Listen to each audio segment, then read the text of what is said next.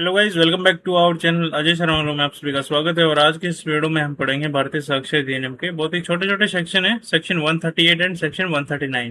तो अगर आप लोग चैनल पर पहली बार आए हैं, वीडियो को पहली बार देख रहे हैं, तो वीडियो को लाइक करके चैनल को सब्सक्राइब जरूर कर लीजिएगा, ताकि आने वाले लेक्चर्स के अपडेट आप तक आसानी से पहुंच सके नोटिफिकेशन के थ्रू।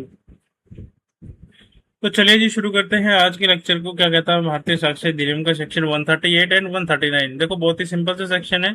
138 जो है हमारा बात करता है एकम्प्लिस के रिगार्ड, एंड सेक्शन 139 जो है वो बात करता है नंबर ऑफ विटनेसेस की। ठीक है, तो आइए एक बार हम जो है इसको डिटेल में समझते हैं क्या कहना चाहता है भारतीय साक्ष्य अधिनियम का सेक्शन 138।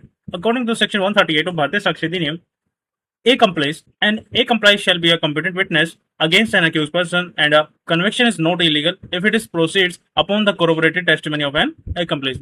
तो सबसे पहले हम समझते हैं accomplice होता क्या है। ठीक है, accomplice वो पर्सन होता है जो खुद क्राइम में इन्वॉल्व था। ठीक है, यानी अक्यूज के साथ मिलकर उसने कोई क्राइम कमिट किया था, पर अब जो है वो कोर्ट में विटनेस बनकर अक्यूज के खिलाफ टेस्टिमनी देता है। ठीक है, तो लॉ क्या कहता है? लॉ कहता है कि accomplice भी एक कंपिटेंट विटनेस है, मतलब उसकी जो गवाही है वो भी लीगली वैलिड है, उसे जो है इग्नोर नहीं किया जा सकता। और ये सेक्शन साथ ही क्या कहता है, देखो, सिर्फ accomplice की टेस्टिमनी पर जो है कन्विक्शन इलीगल नहीं है, पर उस टेस्टिमनी को कोरोबोरेट करना जरूरी है, मतलब कि उसकी बात को किसी और इंडिपेंडेंट एविडेंस या विटनेस से जो है कंफर्म होना चाहिए।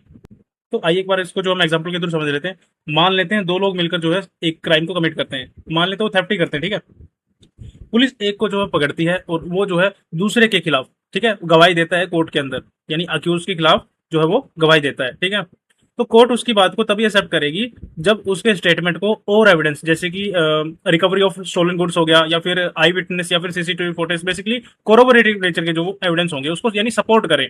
ठीक है, तो ये सेक्शन क्या कहता है, लेकिन कोर्ट जो है उस टेस्टिमनी पर अकेला रिलाई करके कन्विक्शन नहीं करेगा, उसको किसी और एविडेंस से जो है कंफर्म करना होगा जो कि कोरोबोरेटिव नेचर के एविडेंस होते हैं, यानी उसको सपोर्ट करे। फॉर एग्जांपल जैसे कि सीसीटीवी फुटेज, या फिर आई विटनेस हो गया, या फिर रिकवरी ऑफ स्टोलन गुड मान लेते हैं, अगर दो लोगों ने मिलकर चोरी की थी, कोई भी क्राइम हो सकता है। ठीक है, आई होप आपको जो है सेक्शन 138 अच्छे से क्लियर हो गया होगा।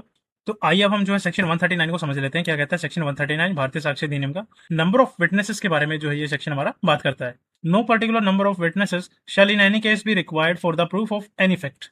देखो क्या कहता है सेक्शन 139, ये कहता है कि किसी भी फैक्ट को प्रूव करने के लिए स्पेसिफिक जो है नंबर ऑफ विटनेस की यहाँ पर रिक्वायरमेंट नहीं होती है, यानी कि स्पेसिफिक नंबर ऑफ विटनेस यहाँ पर नहीं बताया गया है। यहाँ पर विटनेस कितने भी हो सकते हैं। ठीक है, मतलब अगर मान लेते हैं हम लोग एक ही विटनेस जो है वो रिलायबल और ट्रस्टवर्थी है, तो उसकी टेस्टिमनी से भी फैक्ट प्रूव हो सकते हैं। ठीक है, कोर्ट को बेसिकली ये देखना होता है कि विटनेस की बात क्रेडिबल है या नहीं, ना कि कितने विटनेसेस प्रेजेंट किए गए थे उस केस में, यानी क्वालिटी ऑफ एविडेंस देखा जाएगा rather than quantity of witness. यानी कि सेक्शन 139 कहता है कि स्पेसिफिक नंबर नहीं है विटनेस का, वो कितने भी हो सकते हैं, एक से ज्यादा भी हो सकते हैं, कितने भी हो सकते हैं विटनेस। ठीक है, तो आई होप आपको जो है इस वीडियो में सेक्शन 138 एंड 139 और भारतीय साक्ष्य अधिनियम का अच्छे से क्लियर हो गया होगा। So thanks for watching guys. That's all of section 138 and 139 of Bharatiya Sakshi Adhiniyam. I hope you really enjoyed this video. So don't forget to like, share, and subscribe. Ajay Sharma.